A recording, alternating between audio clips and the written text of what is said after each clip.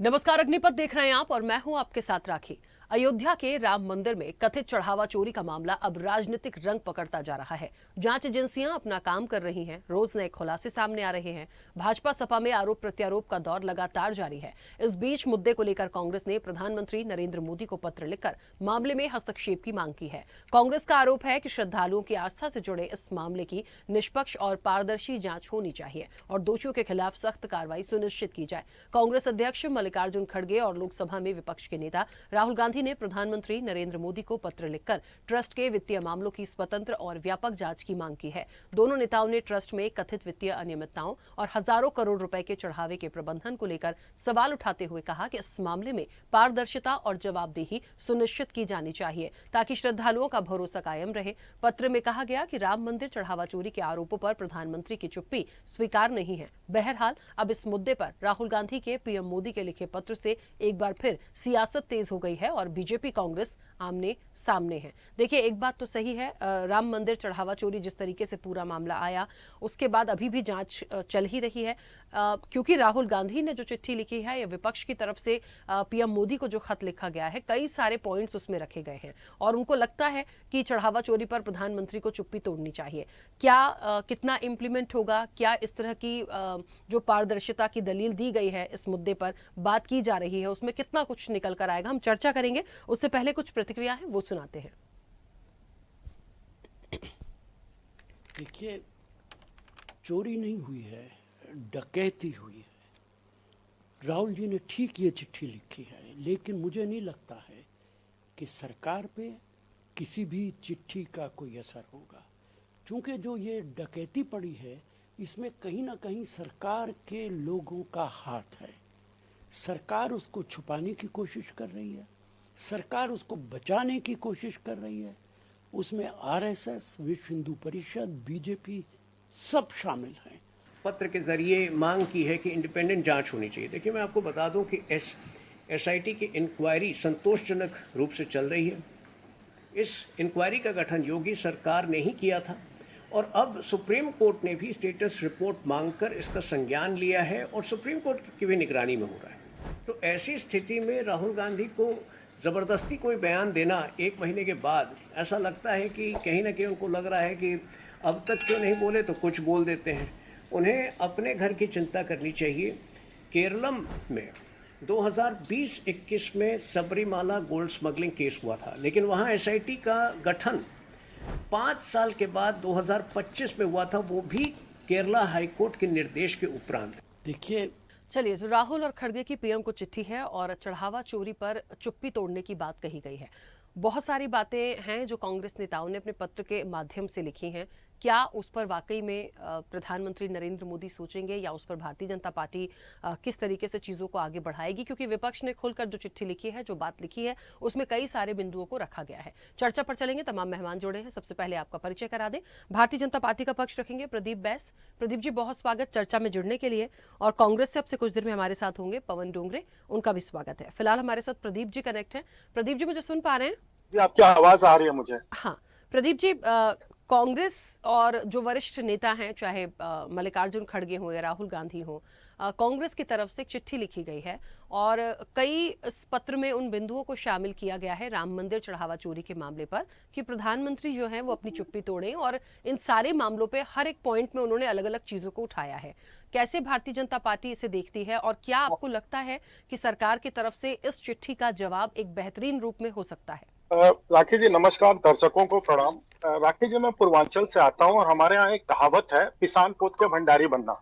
मतलब आपके पास गुण तो है नहीं खाना बनाने का, लेकिन आपने आटा हाथ में लगा लिया, थोड़ा सा मुंह में भी लगा लिया, जिससे दुनिया समझे कि हमको भी भोजन पकाना आता है और हम भोजन पकाना जानते हैं। तो कांग्रेस की हालत इस समय उसी प्रकार की है। 1 महीने के सन्नाटे के बाद, 1 महीने की पूरी चुप्पी के बाद देखें कि कहीं ये ट्रेन मिस ना हो जाए, हमसे कहीं में कोई चूक ना हो जाए, ताकि जब चर्चा हो तो उस पर जवाब देना पड़े, वो चूक ना हो जाए। तब कांग्रेस जो है उठी है और चर्चा करना उसने शुरू किया है। देखिए, अभी आपने जो बीट जो दिखाई पैकेज में, जो शुरुआत में दिखाया, उसमें कांग्रेस के जो नेता बोल रहे थे वो और भारतीय जनता पार्टी के हमारे जो नेता बोल रहे थे, उसको अगर आप देखें तो दर्शकों को स्वतः संज्ञान में आ जाएगा।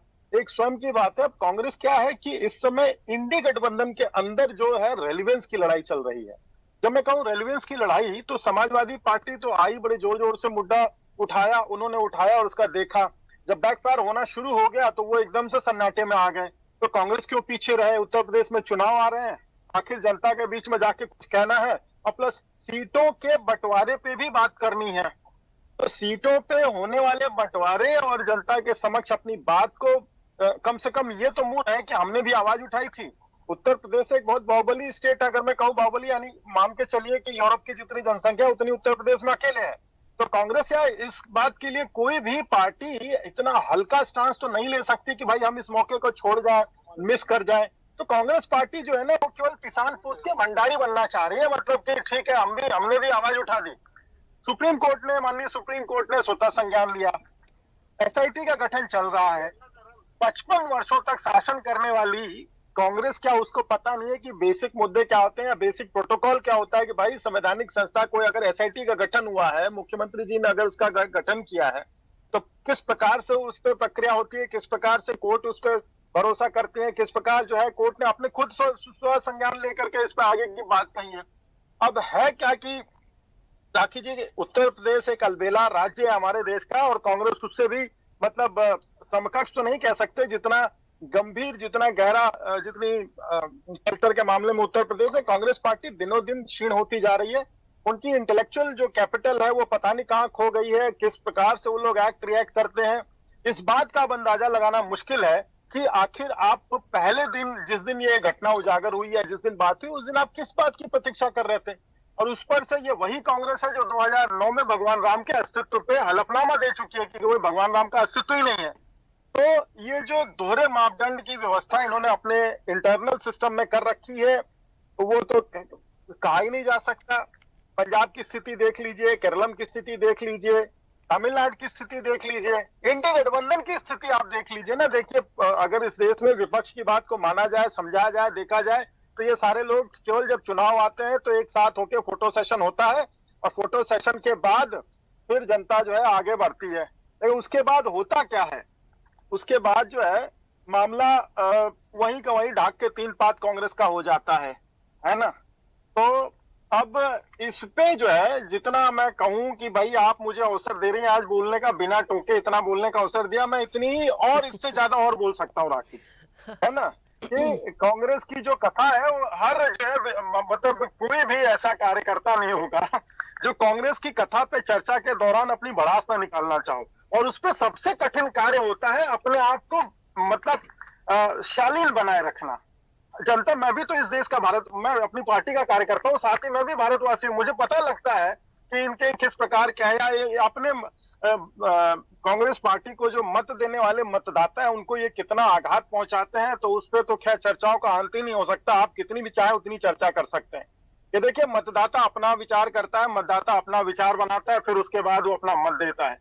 लेकिन कांग्रेस के प्रवक्तागण और कांग्रेस के जो पॉलिसी मेकर्स हैं, उनको न जाने क्या हो गया है कि किस प्रकार से, अरे आप शांत रह लेते, ना कुछ करते तो शायद आपकी इज्जत ज्यादा बची रहती। लेकिन आज जो है कांग्रेस पार्टी से कोई मंडल लेवल का कार्यकर्ता भी सवाल करता है कि भाई साहब, इतनी लंबी नींद, कुंभकर्ण भी जग जाते थे, बजता था, भोजन वहां रखा जाता था, ढोल ढगाड़े बजते थे, कुंभकर्ण भी जग जाते थे। आखिर कांग्रेस को 1 महीने क्यों लग गए जगने में इस बात को लेकर के? ठीक है, आखिर कौन सी ऐसी बात थी? अच्छा हाँ, याद आया राखी जी, बस सही आखिरी 5 सेकंड, मैं समझ रहा हूं कि आप किसी और को अवसर देंगी बोलने के लिए। तो राहुल जी जो है ना, विदेशी दौरे पर थे, तो जब तक वो आते नहीं तब तक जो है आदरणीय खड़गे जी जो उनके अध्यक्ष हैं वो कोई निर्णय ले नहीं पाते। तो ultimately high command was on vacation. तो वो वेकेशन समाप्त हुई, उसके बाद जो है ये याद आया है मुद्दा कि नहीं, इस पे भी हमें बोलना है। और वो बोलना ऐसा होता है कि वो तो केवल समाज में भड़काने का काम करता है। लेकिन चलिए ठीक है, मुझे इस बात की प्रसन्नता है कि इनको अकल तो नहीं कह सकते, अकल तो कभी आ ही नहीं सकती, लेकिन ये एक क्लेश भी है दिमाग में, क्लेश है कि भाई आप जो है ये कर क्या रहे हैं? आप एक प्रमुख विपक्षी दल है, आप बहुत बड़ी पार्टी तो नहीं रह गए आप, लेकिन आपके मतदाताओं को आप क्या मुंह दिखाएंगे? आप अपने समर्थकों को क्या मुंह दिखाएंगे? किस प्रकार से मुंह दिखाएंगे कांग्रेस पार्टी? ठीक है प्रदीप जी। पवन जी जुड़े हमारे साथ। चलिए पवन जी, अभी कांग्रेस, प्रदीप जी आज आप अकेले ही हैं फिलहाल चर्चा में मेरे साथ, अभी कांग्रेस जुड़ी नहीं है, तो बहुत अच्छी बात है, कुछ और बोल लेंगे, लेकिन हम एक मुख्य मुद्दे पे आए जब तक कांग्रेस कनेक्ट हो रही है। चलिए, कनेक्ट हो गए। जी। देखिए, सुन लिया उन्होंने कि ऐसा ना हो प्रदीप जी अकेले अकेले सब बोल जाएं, बोलने का मौका ना मिले। चलिए, पवन जी मुझे सुन पा रहे हैं? हाँ राखी जी, अभी आवाज आ रही है आपकी? हाँ ठीक है। पवन जी, बहुत सारी बातें प्रदीप जी ने अभी रखी हैं और उन्हें ऐसा लगता है कि इतना वक्त क्यों लग गया कांग्रेस को जागने में, ये चिट्ठी लिखने में, इतनी बातें करने में। अभी तक तो सिर्फ बयानों के माध्यम से हो रहा था, तो ठीक है, देर आए दुरुस्त आए, लेकिन इतना वक्त क्यों लग गया? और उन्हें ऐसा लगता है कि इस पर एक जवाब होगा या नहीं होगा, ये तो खैर आने वाले समय की बात है, लेकिन कांग्रेस की जो नीति रही है राम मंदिर को लेकर शुरू से, उस पर सवाल है। राखी जी, ये मैं तो ये थोड़ा सा लेट ज्वाइन किया तो मैं सुन नहीं पाया कि एक्चुअली ये क्या बोलना चाह रहे थे। मुझे उसके बारे में भी अंदाजा नहीं है, लेकिन मैं जानता हूं कि भारतीय जनता पार्टी कांग्रेस के ऊपर सिर्फ आरोप करने के अलावा कुछ नहीं करेगी। लीला ही इसे देखिए, कहेंगे। कांग्रेस ने जो भी मूवमेंट किया, कांग्रेस ने अगर कोई और राम मंदिर को लेके अगर लेटर लिखा है या बोला है, तो कांग्रेस हमेशा सतर्क रही है। भारत में यहाँ तक कि आजादी की लड़ाई कांग्रेस ने लड़ी है। भारतीय जनता पार्टी से पूछिए कि उनके तो कौन नेता, एक नेता का ऐसा नाम बताइए जिसने भारत की आजादी में लड़ाई लड़ी हो, तो पूरे देश को पता चल जाएगा सो रही कांग्रेस थी या भारतीय जनता पार्टी के नेता सत्ता प्राप्त किए तक के सो रहे थे। और सत्ता प्राप्त करने के बाद में जो सक्रिय हुए हो, उन लोगों को कोई अधिकार नहीं है। मिल तक आवाज नहीं आ पा रही है कांग्रेस के नेता की, क्या आप तक पहुंच रही है क्या? क्योंकि हाँ हाँ प्रदीप जी, मैं सुन पा रही हूँ। एक सेकंड में भी कुछ टेक्निकल इशू होगा, आप भी सुन पाएंगे उनको। हमारी टेक्निकल टीम भी आपको प्रॉपर सुन रही है, वो इसको ठीक करेंगे। और बाकी यदि कोई प्रॉब्लम है तो मैं आपको बताऊंगी। हाँ पवन जी, प्लीज बोलिए। हाँ, तो मैं आप यही बोलना चाह रहा कि जो लोगों ने जिंदगी में कभी सत्ता मिलने के पहले देश के लिए कुछ किया ही नहीं, वो लोगों को क्या अधिकार है दूसरों के ऊपर एलिगेशन करने का? और मुद्दा रहा राम मंदिर के बारे में बात करने का, मुझे इनको पूछिए इनको कि चंदा चोरी ये इतना ज्वलंत विषय है, इस चीज को इतना इग्नोर क्यों किया जा रहा है या इसको इतना लाइट क्यों लिया जा रहा है? क्या इनके लोगों की इन्वॉल्वमेंट उसमें है? इसके लिए उस चीज ठीक है। वही बात हुई ना कि 900 चूहे खा के बिल्ली हज को चली, ये उस टाइप की बात है इनकी। पवन जी, लेकिन बीजेपी का ऐसा कहना था, क्योंकि अभी आप दोनों एक दूसरे को सुन नहीं पा रहे, इसलिए मैं थोड़ा सा बीच में भूमिका अदा कर देती हूँ। हालांकि बड़ा डिफिकल्ट होता है वर्ड टू वर्ड एक दूसरे की बातें बताना, लेकिन फिर भी उन्होंने जो बात रखी थी शुरुआत में, उनका ये कहना है कि राम मंदिर निर्माण में शुरू से जब राम मंदिर की बात हो रही थी, कांग्रेस कैसे बयान देती थी, जो राम को ही नहीं मानती थी, वो इस तरह की बात कर रही है। दूसरी चीज उन्होंने ये भी बोली कि शायद वेकेशन खत्म हो गए हैं, जो नेतृत्व के लोग हैं, बड़े लोग हैं, और इसलिए अब जागे हैं तो चिट्ठी भेज रहे हैं। इतने समय से इतना बड़ा मामला यदि था और कांग्रेस को लग रहा था या विपक्ष को लग रहा था, तब इतनी चीजें कब क्यों नहीं आई, तब चिट्ठी के माध्यम से चीजें क्यों नहीं पहुंची? राखी जी, इनको पूछिए क्या भगवान राम लला इनके आने के बाद में ही देश में आए? मुझे इनको सवाल पूछना है भारतीय जनता पार्टी के नेताओं को कि अयोध्या में राम जैसा राम मंदिर का निर्माण इन्होंने किया, तो उस समय राम मंदिर में राम लला का इन्होंने आगमन किया। ये इस तरीके की चीजें बताते हैं, ये ऐसी चीजें बताते हैं कि स्वातंत्र जो है ये 15 अगस्त 1947 को नहीं मिला, स्वातंत्र मिला है नरेंद्र मोदी जब प्रधानमंत्री उसके बने बाद। तो ये इस तरीके की बातें लोगों को बना के भ्रमित करने का काम भारतीय जनता पार्टी और उनके नेता करते हैं। हमें भगवान श्री राम ये हर व्यक्ति के कण कण में बसे हुए हैं। जो व्यक्ति हिंदू है उसके दिल में भगवान श्री राम कण कण में बसे हैं। मर्यादा पुरुषोत्तम राम के बारे में कथा कहानी लोग चालू कर देते हैं हिंदू धर्म में, जब व्यक्ति अपने माता पिता के साथ में जाके राम मंदिर में सर टेकता है।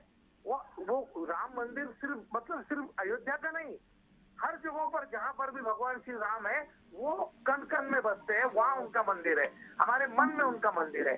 तो ये जिस तरीके की बातें पब्लिक को भ्रमित करने की कोशिश करते हैं, मुझे तो इन पर आश्चर्य होता है कि भाई ये ऐसी बातें करके क्या साबित करना चाहते हैं? क्या भगवान राम का इन्होंने जो डिस्प्यूट क्रिएट किया है भारत में, मुझे बोलो हर व्यक्ति राम राम करता है जब मिलता है तो। अरे महात्मा गांधी जी को जब गोली लगी थी तो उन्होंने हे राम कहा था। इनके कौन से नेता ने आज तक ऐसे संकट के समय में नेचुरल स्वरूप में राम भगवान का नाम लिया होगा? तो आप मुझे बता दीजिए। लेकिन हमारे पास में महात्मा गांधी जी को आप देख लीजिए, जो कांग्रेस के एक दिग्गज नेता है, भारत को जिसके जो बापू को जिनको सब इनको महात्मा कहते हैं, जब उनको गोली लगी थी उनके प्राण जाने वाले थे, उनके मुंह से जो शब्द निकले थे वो हे राम थे। तो ये इन्होंने भूलना नहीं चाहिए और इस पर राजनीति नहीं करना चाहिए। ठीक है पवन जी। प्रदीप जी। जी राखी जी बताएं। पवन जी को सुन पाए आप? नहीं, मुझे कुछ नहीं सुनाई दिया, वो ठीक है, बीच मुझे बीच में लगता है कटी कुछ आवाज आ टेक्निकल रही थी, इशू हुआ है। मुझे कोई। ठीक है, मैं आपको बता देती हूँ संक्षिप्त में। मुझे ऐसा लगता है पवन जी का ये कहना है, पहली बात तो उनका ये सवाल है कि ये बताइए कि यदि आप लोग कहते हैं कि कांग्रेस ने राम मंदिर निर्माण के समय जो नीति अपनाई या जिस तरीके से राम को ही काल्पनिक मान लिया, तो उनका ये प्रश्न है भारतीय जनता पार्टी से कि क्या राम जो है भारतीय जनता पार्टी के बाद आए? राम तो शुरू से सबके राम रहे हैं, तो इस तरह का आरोप कांग्रेस पर ना लगा जाए। एक तो उन्होंने ये बात बोली। दूसरा उन्होंने कहा कि बीजेपी के ऐसे कौन सा एक नेता का नाम बता दें आप कि जिन्होंने देश की आजादी में अपनी महत्वपूर्ण भूमिका निभाई हो। तो शुरू से क्योंकि कांग्रेस और कांग्रेस करती आई है, तो कम से कम प्रभु श्री राम के नाम पर उन पर इस तरह के विषय पे राजनीति भारतीय जनता पार्टी ना करे। जो चिट्ठी के माध्यम से हमने पारदर्शिता लाने की मांग की है या ट्रस्ट के जो खाते हैं उनको ओपन किया जाए, सार्वजनिक रखा जाए चीजों को, जो मांग की है उस पर काम करने पे भारतीय जनता पार्टी ध्यान दे, ये कहने का उनका आशय है। राखी जी, अब मैं उसी विनम्रता से उत्तर देना चाहूंगा कि मैं ये जानना चाहता हूं कि कांग्रेस का कौन सा ऐसा नेता था जिसकी चिट्ठियां जब वायसरॉय को जाती थी तो उसमें लिखा होता था your trusted, your truthful, your ऐसे। और ये तो चलिए ठीक है, वो न माने, मुझे कोई गम नहीं होगा कि इस तथ्य को सत्य माने कि पूरी कांग्रेस पार्टी जब अंग्रेजों को चिट्ठियां लिखती थी आजादी से पहले, तो वो ट्रस्टवर्दी। कांग्रेस का निर्माण ही एओयू ने किया है, जो कि एक सुरक्षा नली की आज बच्चा बच्चा जानता है। दूसरा कि कौन सा ऐसा कांग्रेस का नेता था, बड़ा नेता, जो कि आजादी की लड़ाई के लिए चढ़ गया फांसी पे। अंग्रेजों ने फांसी बहुत दी थी, कौन सा ऐसा नेता था जो फांसी पे चढ़ा। दूसरा, देखिए कांग्रेस अपने आप को सेकुलर पार्टी कहती है और अवसरवादी वो जो है रिलीजियस हो जाती है ना। तो जिस प्रकार से ये करते हैं, इनके कितने भी यत्न कर रहे हैं, राखी जी को शांत कराइए, मैं तो बीच में नहीं बोल रहा था, ये चर्चा करने का तरीका नहीं है ये। सुनिए, आप 2009 में जो पत्र लिखे थे, नहीं, हमारे नेताओं को दो बार काला पानी की सजा हुई, क्योंकि हमारे नेताओं को दो बार काला पानी की सजा हुई और एक भी कांग्रेस के नेता को काला पानी की सजा नहीं हुई। ये कौन सी आजादी की लड़ाई की महिमा आप गाते हैं कि आपके नेताओं को ना फांसी हुई, आपके नेताओं को ना फांसी हुई, ना काला पानी की सजा हुई। नहीं, भारतीय जनता पार्टी आरएसएस के साथ शासकों को काला पानी की सजा हुई, लेकिन कांग्रेस के किसी भी नेता को ना फांसी। ऑफिस के ऊपर आपने कभी झंडा नहीं लहराया, आपको शर्म आनी चाहिए। राखी जी, खुद के ऑफिस की जहां तक बात करते हैं तो ये कांग्रेस का बनाया संविधान था जो कि राष्ट्रीय ध्वज को फहराने से मना करता था। 2001 में कोई भी भारतवासी भारत का ध्वज फहराने के लिए स्वतंत्र हुआ, नहीं तो जाके इनसे बोलिए कि संविधान जाके पढ़ ले। पवन जी और प्रदीप जी, एक सेकंड रुकिए, मेरी बात को सुनिए। पवन जी एक सेकंड रुकिए। आप लोगों ने चिट्ठी के माध्यम से जो अपने पॉइंट्स रखे हैं, मुझे लगता है उस पर जो भारत की सरकार है या भारतीय जनता पार्टी की जो सरकार है वो किस तरीके से काम करेगी, जो मांगे रखी गई हैं उस पर कितना काम होगा, हम इस पे आ जाएं। बशर्ते कि हम सिर्फ कांग्रेस और बीजेपी और पुराने लीडर्स को लेकर आरोप प्रत्यारोप लगाएं, उससे कभी नहीं निकल पाएंगे। लेकिन आज का जो मुख्य रूप से विषय है हम उस पे आ जाएं। मैं प्रदीप जी एक छोटा सा सवाल करूंगी। पीएम मोदी का जो खत कांग्रेस की तरफ से आया है, उनके लिए जो खत आया उसमें जो मांगे रखी गई हैं, चाहे वो जांच एजेंसियों को लेकर हो, चाहे वो चढ़ावा का ओपन रखा जाए, सार्वजनिक किया जाए चीजों को, है ना, ट्रस्ट में जितनी चीजें हो रही हैं, प्रॉपर मॉनिटरिंग को लेकर जितनी भी चीजें रखी गई हैं, मुझे लगता है ये सुझाव तो अच्छे हैं।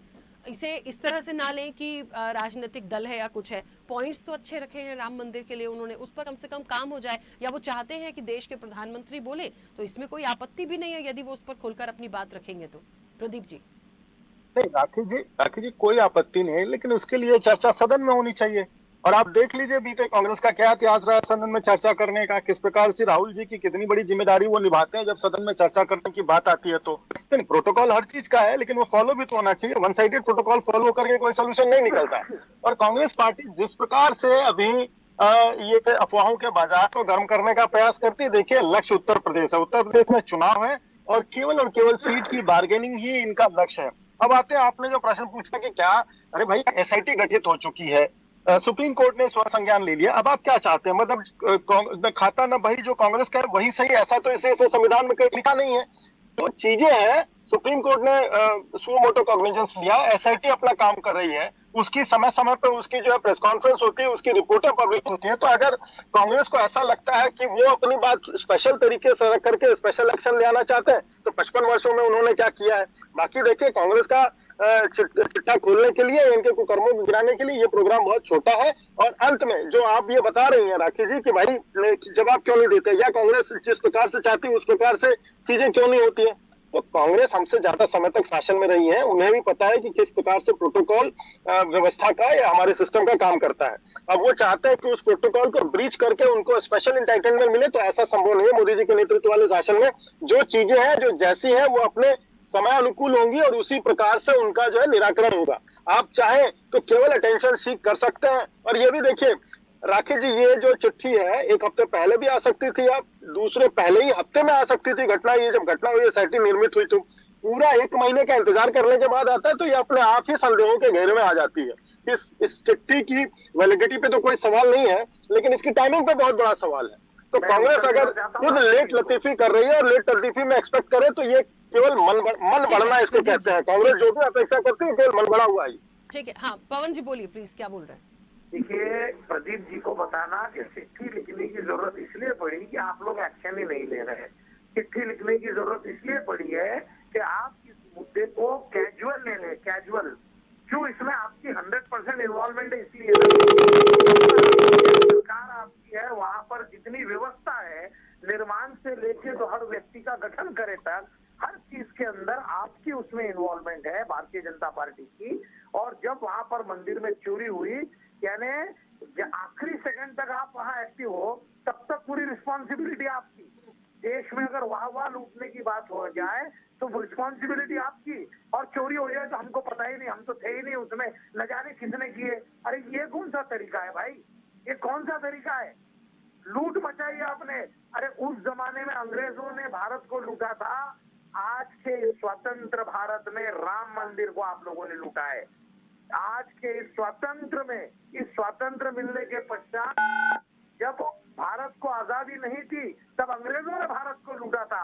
और जब भारत स्वतंत्र हो गया, इस राम मंदिर के नाम पर चंदा जमा किया गया, आपने आज उस राम मंदिर को लूटा है। लालच है आप लोगों पर। जिस तरीके से भारतीय जनता पार्टी बिहेव कर रही है, आश्चर्य होता है हमें कि राम मंदिर जैसे पवित्र स्थान के ऊपर चोरी की गई है।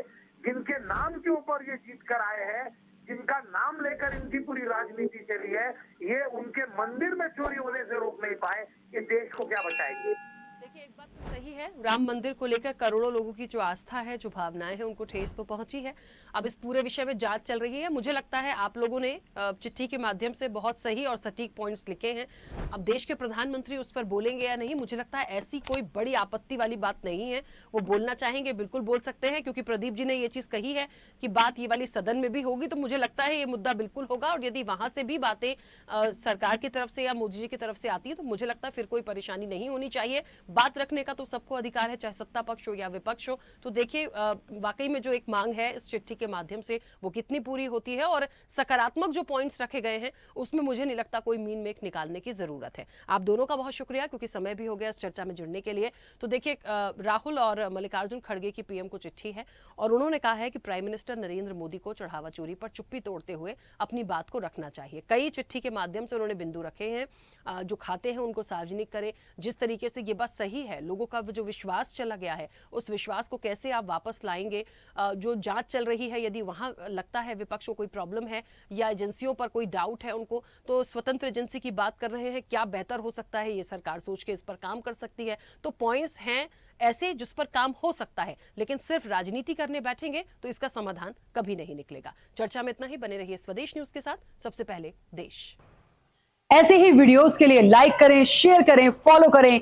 YouTube पर जाकर सब्सक्राइब कर बेल आइकन दबाना ना भूलें, और ताजा अपडेट्स के लिए SwadeshLive.com पर जरूर जाएं।